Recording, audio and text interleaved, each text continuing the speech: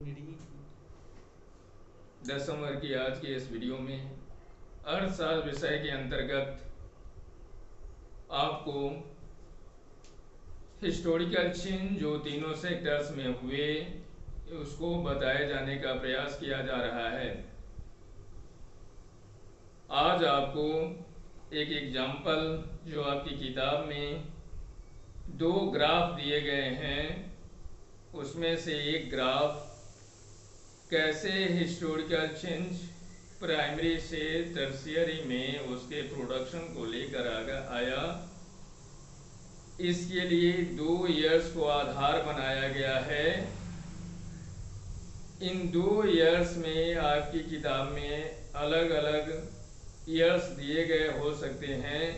पुरानी किताब में पुराना विश्लेषण होगा, पुराना ईयर दिया गया होगा और नई किताब में नया ईयर दिया गया होगा। इस ईयर के हेर फेर में आपको नहीं जाना है, केवल आपको यह समझना है कि कैसे प्रारंभिक वर्ष से जो अंतिम वर्ष जो भी आपके नोटबुक आपके टेक्स्ट बुक में दिए गए हैं उसमें कैसे परिवर्तन होता है, कैसे shift of economic activity primary से टर्शियरी में शिफ्ट होती है, इसमें एक ग्राफ के माध्यम से दिखाया गया है।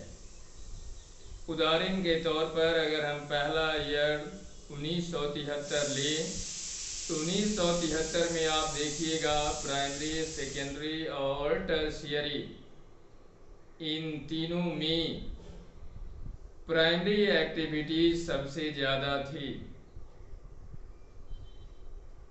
उसके बाद सेकेंडरी एक्टिविटीज़ थी और तब टर्शियरी एक्टिविटीज़ थी।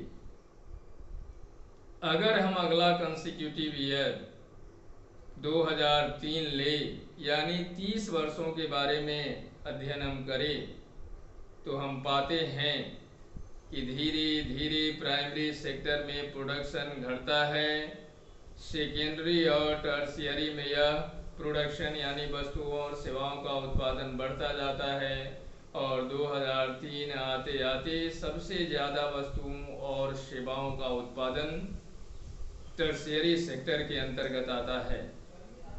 तो इस तरह हिस्टोरिकल चेंज के माध्यम से आप देख रहे हैं कि कैसे आने वाले वर्षों में उत्तरोत्तर प्राइमरी सेक्टर पर से बोझ कम होता गया और सेकेंडरी और टर्शियरी में शिफ्ट होता गया और आज टर्शियरी एक बहुत बड़ा बोझ, बहुत बड़ी एक्टिविटीज इकोनॉमी का अपने आप में समेटे हुए है।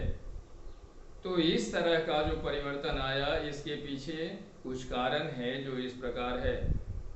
कारण कि हमारी जो बहुत आधारभूत आवश्यकताएं थी वह सरकार के द्वारा बढ़ाई गई। भोजन, वस्त्र, आवास, शिक्षा, चिकित्सा आदि की सुविधाओं का विस्तार किया गया और यह विस्तार टर्शियरी सेक्टर से संबंधित है, इसलिए सरकार के द्वारा बेसिक सुविधाओं के विकास के कारण टर्शियरी में काफ़ी परिवर्तन देखने को मिला। एग्रीकल्चर में औद्योगिक यानी हरित जो क्रांति हुई, हरित क्रांति के माध्यम से कृषि में होने वाले उत्पादों के माध्यम से कृषि के अंदर बहुत सारे कॉमर्शियल क्रॉप्स उगाए गए, जिन क्रॉप्स के माध्यम से कारखानों को भी बड़े पैमाने पर रॉ मटेरियल्स मिले और इस तरह सेकेंडरी सेक्टर का विकास हुआ। तीसरा कारण यह हुआ कि धीरे धीरे लोगों की इकोनॉमिक लेवल यानी आर्थिक स्तर बढ़े और आर्थिक स्तर बढ़ने के कारण उनकी क्रय क्षमता बढ़ी और क्रय क्षमता बढ़ने के कारण सेकेंडरी और टर्शियरी सेक्टर का विकास हुआ।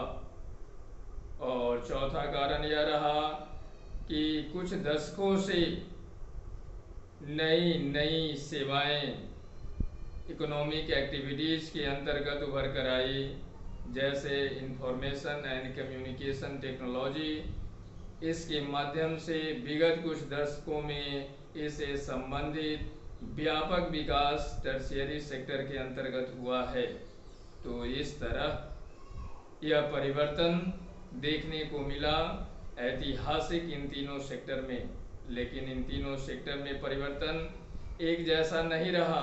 एक ही सेक्टर के अंतर्गत अगर टर्शियरी की चर्चा करें तो उसमें हर चीज़ का उत्पादन या हर चीज़ के विनिर्माण में एक जैसी समानता देखने को नहीं मिली।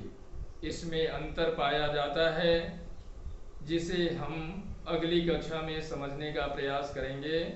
उम्मीद है आप सभी प्राइमरी, सेकेंडरी और टर्शियरी में होने वाले ऐतिहासिक प्रगति और इस प्रगति के पीछे क्या कारण थे, इन बिंदुओं को आप समझ गए होंगे। बहुत बहुत धन्यवाद।